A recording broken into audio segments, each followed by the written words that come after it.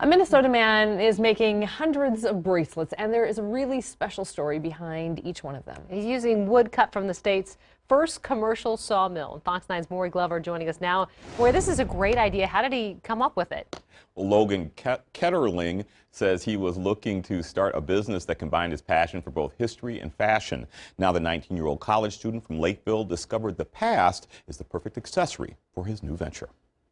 The history has been the most fun thing for me. I've always loved history. At Minnesota Milling in Farmington, each piece of wood tells a story. On this board here specifically, you see all the different discolorations. That comes through the years and years of sitting at the bottom of the river. But these planks of cedar are also the raw materials. This wood, the cedar of it too, has a really rich smell. To make ageless accessories out of pieces of the past. Our whole goal is to wear this story. The planks were once logs cut by the first commercial sawmill in Minnesota, the Marine Mill in Marine on St. Croix, which operated from 1839 to 1895.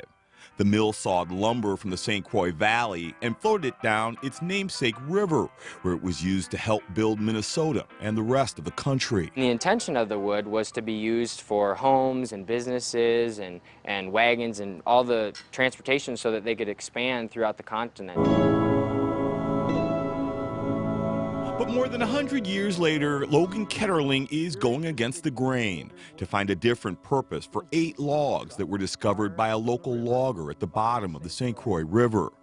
You can see in this video how he turns them into beads, which are hand-strung into bracelets with silver clasps and quite a story behind them. Our goal is for people to have these pieces of jewelry and not to put them on and say, wow, that's so cool, but to put them on and say, hey, let me tell you about the history of the state I'm from or the region I'm from. Ketterling only has enough material for about 250 bracelets, but eventually he hopes they'll be the crown jewels of Minnesota history. It's a state that I love. I was born and raised here. I go to school here. This is my home. And so sharing the stories of our home with everyone is really something that's special.